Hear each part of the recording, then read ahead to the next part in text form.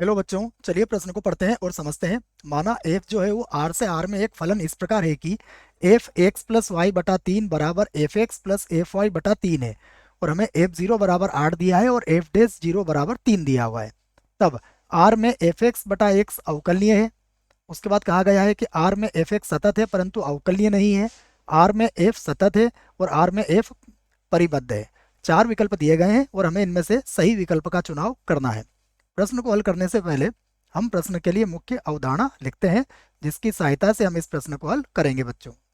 तो मुख्य अवधारणा में हम एक सूत्र लिखेंगे जिसकी मदद से इस प्रश्न को हल किया जाएगा। यहाँ पर मैं सूत्र लिख देता हूँ कि हम जानते हैं एफ डेस एक्स को अगर सीमा के रूप में लिखें तो ये होता है लिमिट एच का मान जीरो की ओर अग्रसर, और ये होता है F X plus H minus F x, और बटे में क्या आता है, बटे में आता है एच।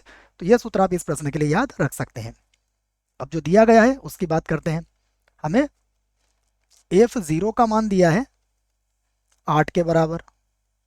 उसके बाद एफ डेस जीरो, इसका मान दिया हुआ है हमें 3 के बराबर। ये दो मान हमें दिए गए हैं। एक और बात दी गई है, जो फलन है उसे भी देख लेते हैं। फलन हमारे पास है कुछ इस तरीके का, एक्स प्लस वाई बटे में होगा 3 और बराबर F X plus F Y और बटे में कितना है इसके 3। ये इस प्रकार से हमें एक फलन परिभाषित किया गया है बच्चों।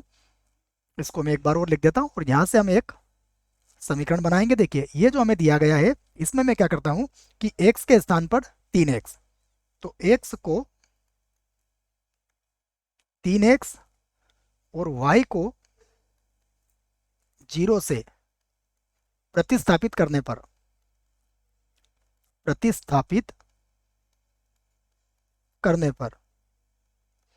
क्योंकि वास्तविक संख्या में परिभाषित है तो आप इस तरह का प्रतिस्थापन कर सकते हैं।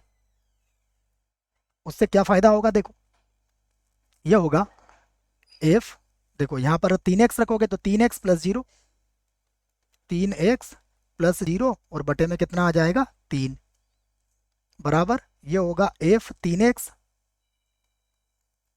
प्लस ये हो जाएगा एफ जीरो और बटे में कितना आ जाएगा, बटे में आ जाएगा 3।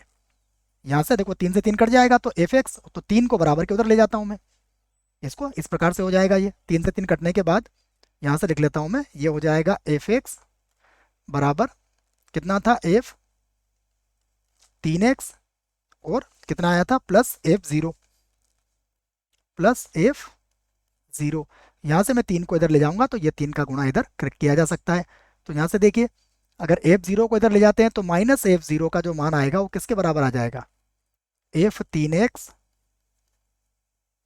माइनस 3f(x) के।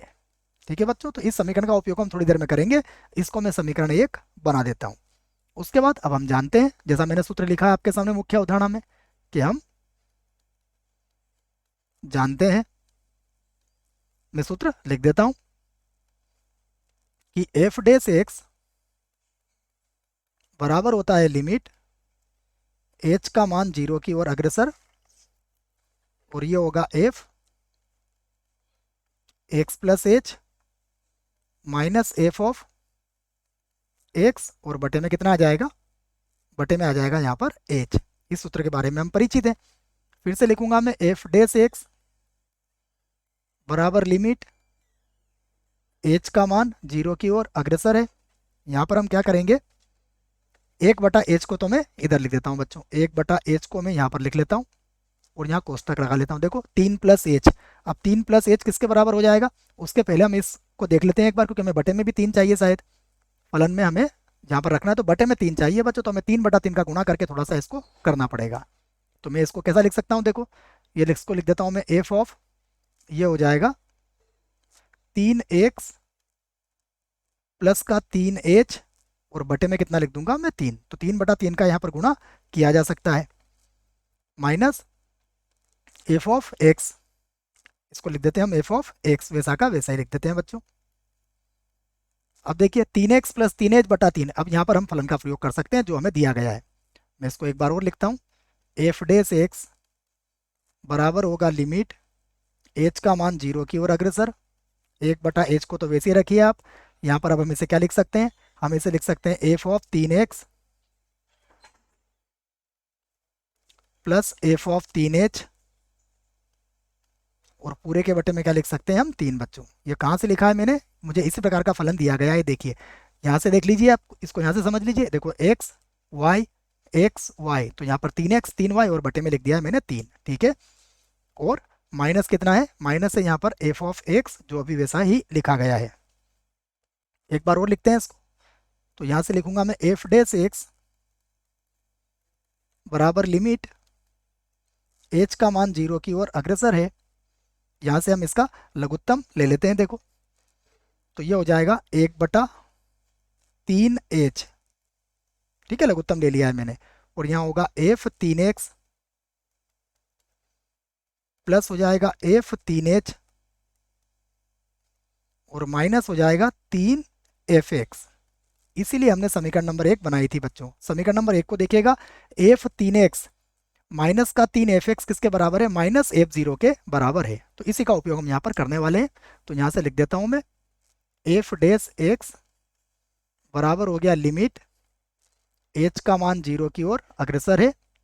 अब ये क्या बनेगा, ये हो जाएगा एफ ऑफ 3h, ठीक है, ये बन गया एफ ऑफ 3h, और ये बन जाएगा माइनस का एफ ऑफ 0, और बटे में कितना आ जाएगा, बटे में आ जाएगा 3h, ठीक है। ये कहाँ से लिखा है, एक बार और समझ ले, ये जो समीकरण नंबर 1 बनाई गई थी, समीकरण नंबर 1 से इसको लिखा गया है। मैं चाहूँ तो लिख देता हूँ कि मैंने यहाँ समीकरण 1 का प्रयोग किया है, समीकरण 1 का प्रयोग किया गया है, ये आपको याद रहेगा।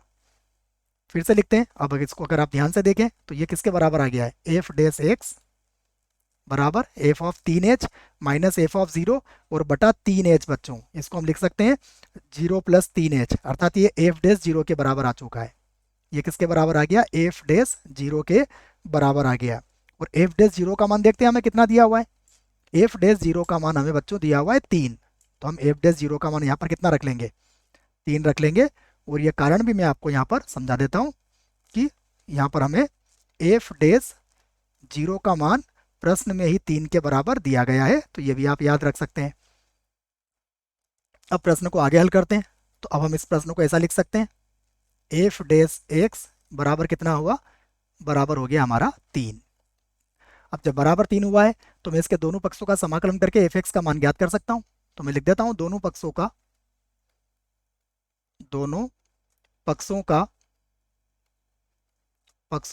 समाकलन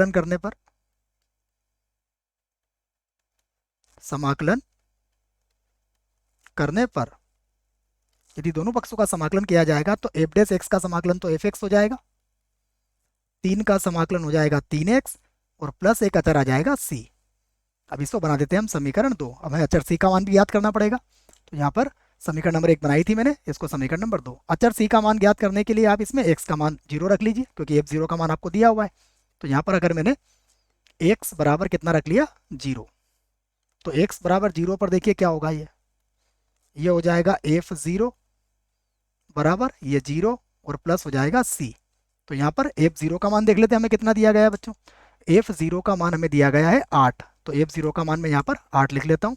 तो ये मिल जाएगा हमें 8 बराबर कितना हो जाएगा c। तो c का मान कितना आ गया हमारे पास, 8 आ गया।